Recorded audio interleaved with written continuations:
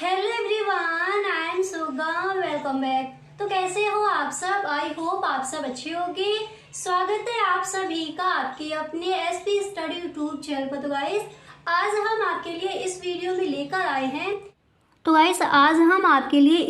में लेकर आए हैं फिजिक्स के जो भी आपके इम्पोर्टेंट टॉपिक हैं उनके बारे में यहाँ पर हम डिस्कस करेंगे। ठीक है, तो पहले हम यहाँ पर देखेंगे कि गॉस की प्रमेय या गॉस का नियम क्या है, इसको हम कैसे सिद्ध करेंगे। ठीक है, पूरा आपको बिल्कुल अच्छे से क्लियर कराया जाएगा। और गाइस, कहीं पर भी अगर कोई भी चीज़ आपको समझ नहीं आती है तो please tell me in the comment box. आप हमें कमेंट बॉक्स में ज़रूर बताएं। ठीक है, आपको पूरा समझाया जाएगा कि गॉस की प्रमेय क्या है, वैद्युत क्षेत्र क्या है, वैद्युत फ्लक्स क्या है, पूरा कुछ आपको यहाँ पर कंप्लीट कराया जाएगा। ठीक है, और अगर कहीं पर भी कोई भी चीज़ आपको समझ नहीं आती है तो आप हमें कमेंट बॉक्स में ज़रूर बताएं।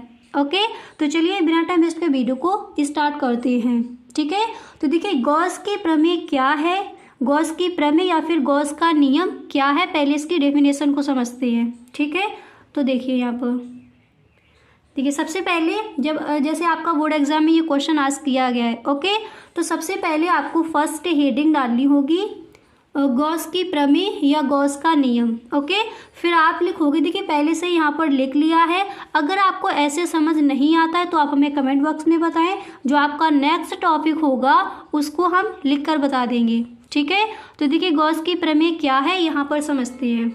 देखिए, किसी बंद पृष्ठ से गुजरने वाला वैद्युत फ्लक्स, यानी कोई बंद पृष्ठ है।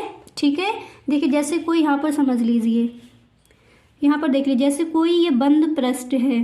ठीक है, किसी बंद पृष्ठ से गुजरने वाला वैद्युत फ्लक्स, गुजरने वाला हमारा जो ये वैद्युत फ्लक्स है उस पृष्ठ द्वारा परिबद्ध यानी घिरा हुआ कुल आवेश यानी Q का 1/ε0 गुना होता है।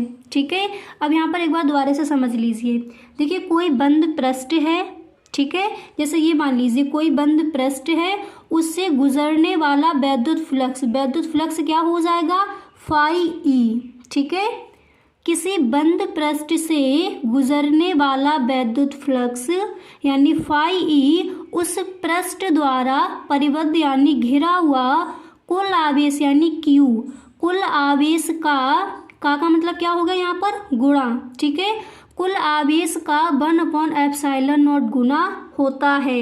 यही होता है हमारी गॉस की प्रमेय, इसी को हम कहते हैं गॉस की प्रमेय। ठीक है, अच्छे से आपको क्लियर हो गया, एक बार दोबारा से देख लीजिए। देखिए किसी बंद पृष्ठ से गुजरने वाला वैद्युत फ्लक्स, यहीं पर याद कर लीजिए इसकी डेफिनेशन जो है वो क्या हो जाएगी, गॉस की प्रमेय है।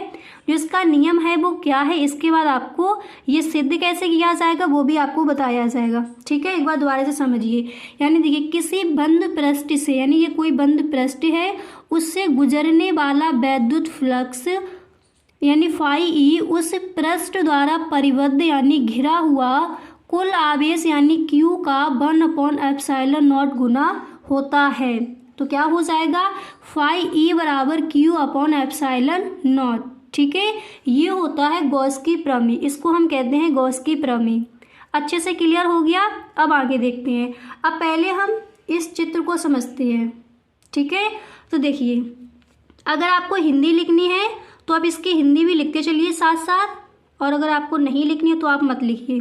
ठीक है, यहाँ पर हिंदी लिखकर नहीं बताया, पूरा सीधे आपको बताया गया कैसे इसको सिद्ध किया जाएगा। तो हमें यही सिद्ध करना है कि फाई ई बराबर Q/ε0। ठीक है, इसको हमें सिद्ध करना है। तो ये आपको समझ आ गया, किसी बंद पृष्ठ से गुजरने वाला वैद्युत फ्लक्स, यानी कोई बंद पृष्ठ है उससे गुजरने वाला वैद्युत फ्लक्स उस पृष्ठ द्वारा परिबद्ध यानी घिरा हुआ कुल आवेश का यानी Q, कुल आवेश क्या हो जाएगा, Q का 1/ε0 गुना होता है।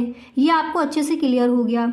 अब इसके बाद देखिए अब यहाँ पर पहले आपको ये चित्र बनाना होगा। किस तरह से आप बनाओगे, अगर आपको हिंदी लिखनी है तो आप लिख लीजिए। आप लिखोगे कि माना कोई बिंदु आवेश प्लस Q है, माना कोई बिंदु आवेश प्लस Q है किसी बंद पृष्ठ A के अंदर।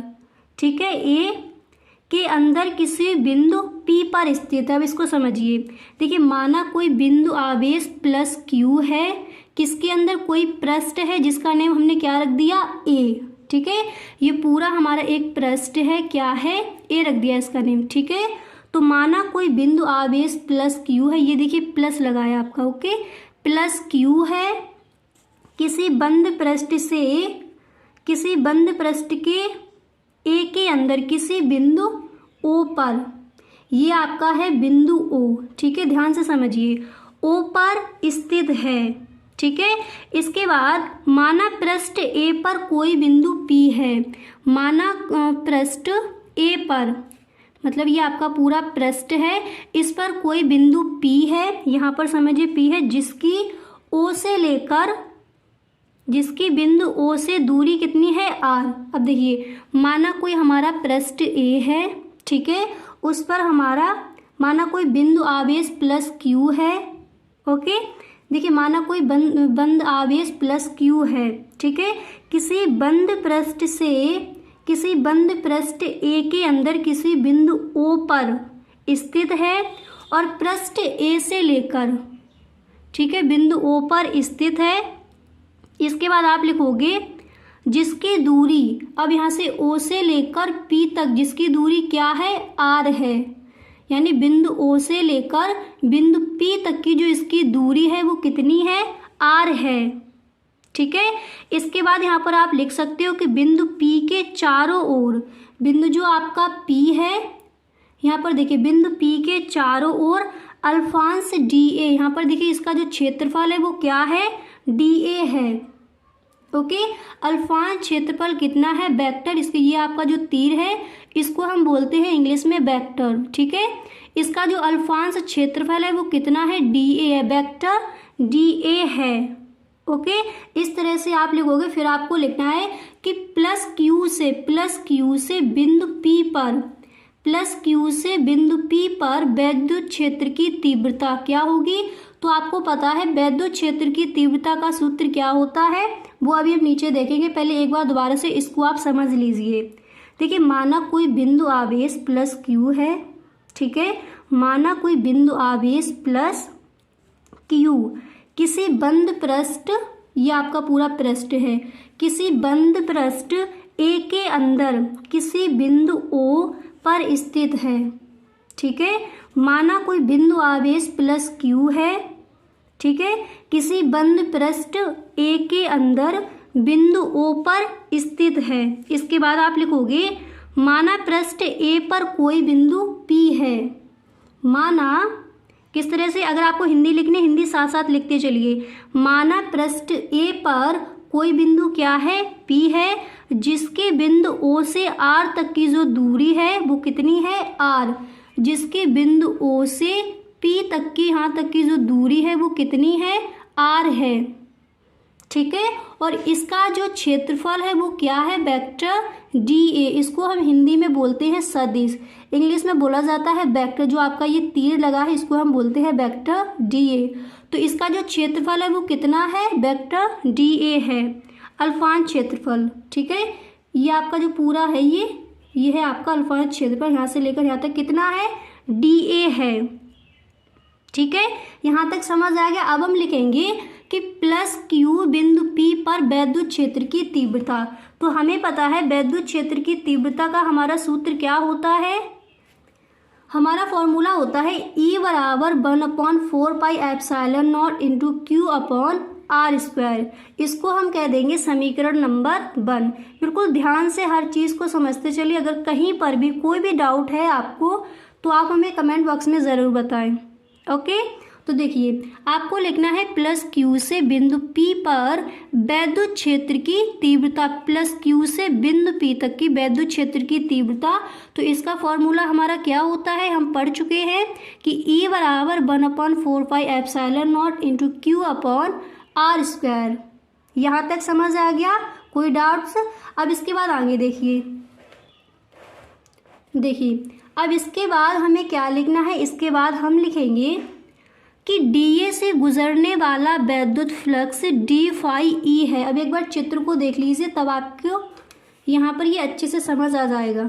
देखिए अभी आपने क्या बोला यहाँ पर कि डीए से गुजरने वाला वैद्युत फ्लक्स डी फाई ई है, तब डी ए द्वारा बिंदु ओ पर आंतरिक घनकोण क्या होगा। अब देखिए, अब पहले चित्र को देखिए, मतलब डी ए से गुजरने वाला वैद्युत फ्लक्स, ये आपका डी ए वेक्टर डी ए से गुजरने वाला वैद्युत फ्लक्स क्या है आपका, डी फाई ई है। ओके, डी फाई ई है, तब डी ए से और डी ए फिर आपको लिखना है, तब डी ए द्वारा बिंदु ओ पर, तब डी ए द्वारा बिंदु ओ पर आपका आंतरिक घनकोण क्या है, डी ओमेगा। आंतरिक घनकोण क्या है आपका, डी ओमेगा, ये लिखा, ये है डी ओमेगा। ठीक है, तो डी ए से गुजरने वाला वैद्युत फ्लक्स डी फाई ई है, तब डी ए द्वारा बिंदु ओ पर आंतरिक घनकोण क्या है, डी ओमेगा। और हमें पता है डी ओमेगा बराबर क्या होता है। देखिए, अब यहाँ पर आपको अच्छे से समझ आएगा। अब इसको दोबारा से पढ़ते हैं। देखिए, डी ए से गुजरने वाला वैद्युत फ्लक्स डी फाई ई है, तब डी ए द्वारा बिंदु ओ पर आंतरिक घनकोण क्या हो जाएगा, डी ओमेगा। और हमें पता है डी ओमेगा बराबर क्या होता है, हमने सूत्र को पढ़ लिया है कि डी ओमेगा बराबर होता है D A cos theta upon R square. इसको हम कह देंगे समीकरण नंबर 2। ठीक है, यहाँ तक आपको समझ आ रहा है। चित्र आपने अभी देख लिया है कि डी ए से गुजरने वाला वैद्युत फ्लक्स डी फाई ई है, तब डी ए द्वारा बिंदु ओ पर आंतरिक घनकोण क्या है, डी ओमेगा है। यहाँ पर अभी हमने देखा, तो डी ओमेगा बराबर क्या होता है, D A cos theta upon R square. यहाँ तक समझ आ गया। अब इसके बाद देखिए, डी ए से गुजरने वाला वैद्युत फ्लक्स, ठीक है, डी ए से गुजरने वाला वैद्युत फ्लक्स हमारा कितना था, डी फाई ई। तो हम लिखेंगे कि डी फाई ई बराबर, यहाँ पर हमें vector E into D A, vector D A. ठीक है, और हमें पता है ये हमारा सूत्र होता है कि vector A into vector B बराबर होता है ए बी कॉस थीटा। क्या होता है, ए बी कॉस थीटा। अब यहाँ पर एक चीज़ और समझ लीजिए चित्र में। देखिए, यहाँ पर आप समझिए, देखिए ये है हमारा क्षेत्रफल वेक्टर ई और यहाँ पर वेक्टर डी है। तो इनके बीच में जो हमारा ये कोण बन रहा है, क्या बन रहा है, हमने माना यहाँ पर हमारा थीटा कोण बन रहा है। ठीक है, यहाँ पर क्या है, ये थीटा कोण बन रहा है। तो यहाँ पर देखिए क्या हो जाएगा, देखिए तो यहाँ पर हमारा हो जाएगा डी ए से गुजरने वाला वैद्युत फ्लक्स डी फाई ई बराबर vector E into vector D A. ठीक है, और vector A into vector B बराबर ए बी कॉस थीटा होता है हमारा फॉर्मूला। तो यहाँ पर क्या हो जाएगा, डी फाई ई बराबर E D A cos theta, क्योंकि यहाँ पर जो हमारा वेक्टर ई और डी ए के बीच हमारा जो कोण है वो क्या बन रहा था, थीटा बन रहा था। डी ए और वेक्टर डी और वेक्टर ई के जो बीच का हमारा कोण है क्या बन रहा था, थीटा बन रहा था। तो इसलिए यहाँ पर हम लिख देंगे डी फाई ई बराबर E D A cos theta. ठीक है, इसलिए यहाँ पर हम लिखेंगे कॉस थीटा, क्योंकि वहाँ पर हमारा थीटा कोण बन रहा है। ओके, अब यहाँ पर हम लिखेंगे कि समीकरण 1 से ई का मान रखने पर, अब एक बार समीकरण 1 को देख लीजिए, क्या था हमारा समीकरण 1। देखिए इसको समझते हैं। तो समीकरण 1 हमारा क्या दिया गया था, यहाँ पर देखिए ई बराबर 1/4 pi epsilon naught into Q upon R square. ठीक है, ई बराबर ये है हमारा समीकरण 1। तो यहाँ पर देखिए समीकरण 1 का मान रखने पर, तो मान आप रख लेते होंगे। देखिए किस तरह से रखेंगे, समीकरण 1 से ई का मान रखने पर। ठीक है, इसमें समीकरण 1 से ई का मान रखेंगे तो डी फाई ई बराबर यहाँ पर ई दिया गया है, तो ई का हमारा मान कितना है, 1/4 पाई एप्सिलॉन नॉट। ठीक है, ई का हमारा मान कितना दिया गया था ऊपर, अभी आपने देखा मान हमारा दिया गया है 1/4 pi epsilon naught into Q upon R square. और इसके बाद हम लिख देंगे जैसा ये सेम है। तो देखिए डी फाई ई हो गया, ई का जो मान था वो हमने रख दिया 1/4 pi epsilon naught into Q upon R square. इसके बाद डी ए कॉस थीटा, जैसा लिखा है सेम आपको लिख देना है डी ए कॉस थीटा। अब इसके बाद यहाँ पर देखिए समाकलन करने पर, ओके, अब हमें क्या करना है, इसका समाकलन कर देना है। ओके, इंटीग्रेशन का आपको चिन्ह लगाना है, फिर आप लिखोगे कि डी फाई ई बराबर, फिर यहाँ पर आपको इंटीग्रेशन का मास लगाना है, फिर आप लिखोगे 1/4 epsilon naught into Q upon R square into D A cos theta. यहाँ पर आपको समझ आ रहा है, देखिए डी फाई ई बराबर आपको इंटीग्रेशन का साइन लगाना, फिर आप लिखोगे 1/4 epsilon naught into Q upon R square D A into D A cos theta. अब इसके बाद देखिए आपको करना क्या है, अब देखिए इसके बाद आपको करना क्या है, फिर यहाँ पर आप लिखोगे कि फाई ई बराबर, ठीक है, क्या करना, फाई ई बराबर क्यू अपॉन 4 एप्सिलॉन 0। फिर यहाँ पर आपको इंटीग्रेशन का जो आपका साइन है वो आपको लगाना है, फिर आप लिखोगे कि D A cos theta upon R square. इस तरह से हम लिख सकते हैं इसको, ठीक है, समाकलन करने पर। अब इसके बाद देखिए समीकरण 2 से, अब एक बार देख लीजिए कि समीकरण हमारा 2 क्या दिया गया था। यहाँ पर देखिए जो हमारा समीकरण 2 है वो हमारा दिया गया था कि डी ओमेगा बराबर D A cos theta upon R square. तो डी ओमेगा बराबर D A cos theta upon R square है, इसको आपको ध्यान रखना है। तो देखिए नीचे हमारा क्या हो जाएगा, डी ओमेगा की जगह हम क्या रख देंगे, D A cos theta upon R square, ठीक है। तो समीकरण 2 से अब यहाँ पर हमें क्या करना है, देखिए तो फाई ई बराबर क्यू अपॉन 4 एप्सिलॉन नॉट, इसके बाद इंटीग्रेशन का साइन लगाना है डी ओमेगा, ठीक है, डी ओमेगा। तो हमें पता है, ठीक है, तो हमें पता है कि डी ओमेगा बराबर क्या होता है, 4 पाई। डी ओमेगा बराबर क्या होता है, 4 पाई होता है। अब यहाँ पर ये डी ओमेगा कैसे आ गया, समीकरण 2 से। डी ओमेगा बराबर क्या था हमारा, D A cos theta upon R square. तो इसकी जगह हम क्या कर देंगे, डी ओमेगा कर देंगे।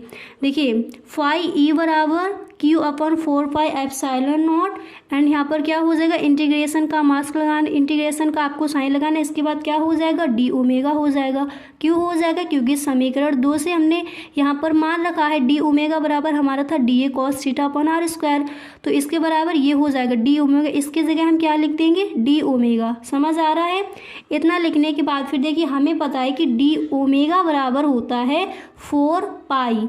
तो यहाँ पर क्या हो जाएगा, देखिए डी ओमेगा बराबर होता है 4 पाई, तो ये हो जाएगा फाई ई बराबर Q upon 4 epsilon naught into 4 पाई, यानी डी ओमेगा की, देखिए इंटीग्रेशन डी ओमेगा बराबर होता है 4 पाई। तो यहाँ पर क्या हो जाएगा, फाई ई बराबर Q upon 4 epsilon naught into 4 पाई। इसके इस पूरे की जगह हम क्या रख देंगे, 4 पाई रख देंगे। अब देखिए यहाँ पर इससे ये कट जाएगा 4 पाई, और यहाँ पर आपका 4 पाई दिया गया है, इससे ये कट जाएगा। तो कितना आ जाएगा, कितना बचा, देखिए फाई ई बराबर क्यू अपॉन एप्सिलॉन नॉट, इतना रह गया, और यही हमें सिद्ध करना था, ठीक है, इतना हमारा रह गया। फाई ई बराबर क्यू अपॉन एप्सिलॉन नॉट, 4 पाई यहाँ पर ये कैंसिल हो जाएगा, फाई ई बराबर क्यू अपॉन एप्सिलॉन नॉट बच जाएगा, और यही हमें पूरा सिद्ध करके बताना था। तो यहाँ पर एक बार ऊपर देख लीजिए, यही हमें सिद्ध करके बताना था। यहाँ पर देखिए फाई ई बराबर क्यू अपॉन एप्सिलॉन नॉट, यही हमें सिद्ध करके बताना था, तो वो हमने यहाँ पर करके आपको बता दिया। आई होप अच्छे से आपको क्लियर हो गया होगा कि जो आपकी गॉस की प्रमेय है इसको हम किस तरह से सिद्ध करेंगे। तो गॉस की प्रमेय क्या है, किसी बंद पृष्ठ से गुजरने वाला वैद्युत फ्लक्स फाई ई, वैद्युत फ्लक्स यानी ये फाई ई क्या है, इसी को हम बोलते हैं वैद्युत फ्लक्स, उस पृष्ठ द्वारा परिबद्ध यानी घिरा हुआ कुल आवेश का, कुल आवेश यानी क्यू, कुल आवेश का 1 एप्सिलॉन नॉट गुना होता है, ठीक है। तो इस तरह से जो आपकी गॉस की प्रमेय है इसको हम इस तरह से सिद्ध करते हैं।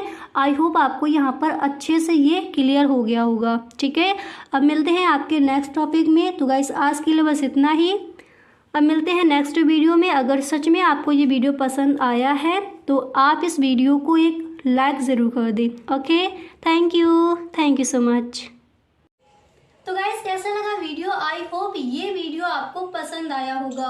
अगर सच में ये वीडियो आपको अच्छा लगा है तो आप इस वीडियो को अपने सभी दोस्तों में एक बार शेयर ज़रूर करें। ओके, वीडियो अच्छा लगा करे तो please time in the comment box, आप में कमेंट बॉक्स में जरूर बताएं। Okay, thank you so much.